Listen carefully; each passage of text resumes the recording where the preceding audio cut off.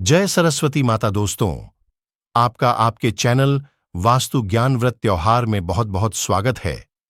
आज हम आपके लिए सरस्वती व्रत की दो कथाएं लेकर आए हैं। चलिए पहली कथा आरंभ करते हैं। यह सरस्वती व्रत की पौराणिक कथा मानी जाती है। इसे सुनने मात्र से ध्यान की प्राप्ति होती है। एक बार कृत युग के दौरान सुकेत नाम का एक राजा रहता था। वह धर्मात्मा, धर्म का अनुयायी था और धर्म के नियमों के अनुसार राज्य चलाता था। वह अपने राज्य के नागरिकों का बहुत अच्छे से ख्याल रखता था। उनकी सुवेदी नाम की एक अत्यंत सुंदर पत्नी थी। एक बार सुकेता राज्य पर हमला हुआ और सुकेता को अपने दुश्मनों से युद्ध करने के लिए मजबूर होना पड़ा। शत्रु शक्तिशाली थे और सुकेता अपनी रक्षा करने में सक्षम नहीं था और अपने जीवन की रक्षा के लिए युद्ध क्षेत्र से भाग गया। उसकी पत्नी यह जानकर कि उसका पति युद्ध का मैदान छोड़कर भाग रहा है, उसके पीछे चल पड़ी। वे दोनों अपनी जान बचाने के लिए भाग रहे थे और समय पर एक जंगल में पहुंच गए। जब वे जंगल में पहुंचे तो वे थक चुके थे और भूखे थे। वे जो कुछ भी पा सकते थे खा रहे थे, लेकिन फिर भी भूख से जी रहे थे। भूख ने अपना असर दिखाना शुरू कर दिया और एक समय तो राजा चल भी नहीं पा रहे थे। राजा नीचे गिर गए और रानी अपनी जांघ को राजा का तकिया बनाकर उन्हें शांत करने की कोशिश कर रही थी। वह बहुत चिंतित थी और उसने भगवान से कुछ मदद के लिए प्रार्थना की, जिससे उनकी चिंताओं और पीड़ाओं से छुटकारा मिल सके। संयोगवश अंगिरस ऋषि उसी रास्ते से जा रहे थे और उन्होंने राजा और रानी को देखा। उसने रानी से पूछा कि वह कौन है और जंगल में कैसे हैं। ऋषि को तुरंत पता चल गया कि वे राजा और रानी थे।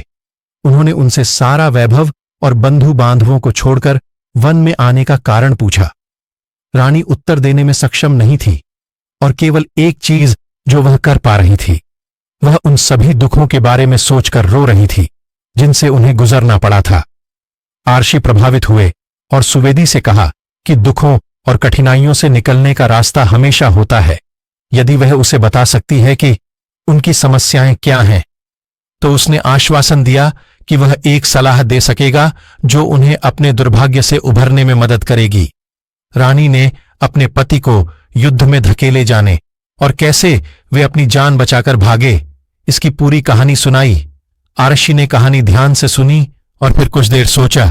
तब उन्होंने रानी को बताया कि पंचवटी तालाब के पास दुर्गा क्षेत्र नामक एक स्थान है। उन्होंने रानी को पूरी श्रद्धा से देवी की पूजा करने की सलाह दी। रानी अपने पति को ले गई और आर्षि के पीछे चली गई, जिन्होंने उन्हें दुर्गा क्षेत्र का रास्ता दिखाया। आर्षि ने राजा और रानी को पवित्र तालाब में स्नान करने के लिए कहा। राजा और रानी स्नान करके लौट आए। आर्षि ने उनसे देवी दुर्गा और सरस्वती की पूजा कराई। उन्होंने उनसे षोडशोपचार पूजा करवाई, जिसमें 16 विभिन्न प्रकार की पूजा या सेवा करके देवी को प्रसन्न किया जाता है।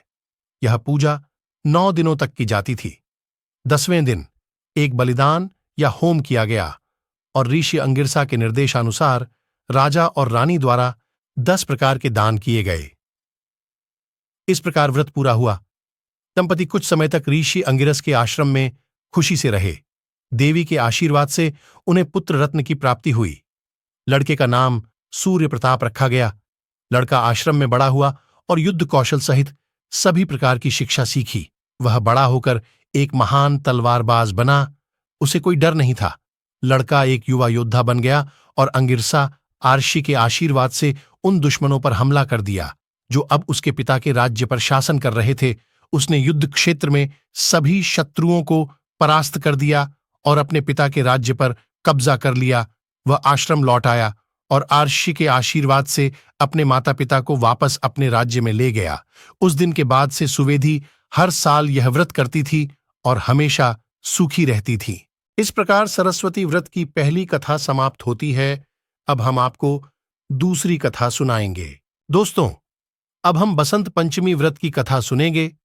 मान्यताओं के अनुसार बसंत पंचमी के दिन खास तौर पर व्रत करने वाले भक्तों को यह सुनने से मां सरस्वती की असीम कृपा प्राप्त होती है। बसंत पंचमी का त्योहार मां सरस्वती के जन्मदिन के रूप में मनाया जाता है। पौराणिक कथाओं के अनुसार इस दिन मां सरस्वती अवतरित हुई थीं। कथा के अनुसार एक दिन ब्रह्मा जी संसार का भ्रमण करने निकले। तो उन्हें सारा संसार मूक नजर आया। हर तरफ खामोशी छाई हुई थी। यह देखकर ब्रह्मा जी को यह लगा कि संसार की रचना करते हुए शायद कोई कमी रह गई है। ब्रह्मा जी एक स्थान पर रुके और अपने कमंडल से थोड़ा से जल निकालकर छिड़क दिया। तब एक ज्योतिपुंज के साथ देवी प्रकट हुईं। देवी के हाथ में वीणा और चेहरे पर अत्यंत तेज झलक रहा था। यह देवी मां सरस्वती थीं। उन्होंने ब्रह्मा जी को प्रणाम किया। उसके बाद ब्रह्मा जी ने मां सरस्वती से कहा कि इस संसार में सभी लोग मूक है, ये आपसी संवाद नहीं कर सकते हैं। यह सुनकर मां सरस्वती ने पूछा कि प्रभु मेरे लिए क्या आज्ञा है। तब ब्रह्मा जी ने मां सरस्वती से कहा कि आप अपनी वीणा से इन्हें ध्वनि प्रदान करें, जिससे इनके बीच संवाद हो सके और यह एक दूसरे की परेशानियों को समझ सके।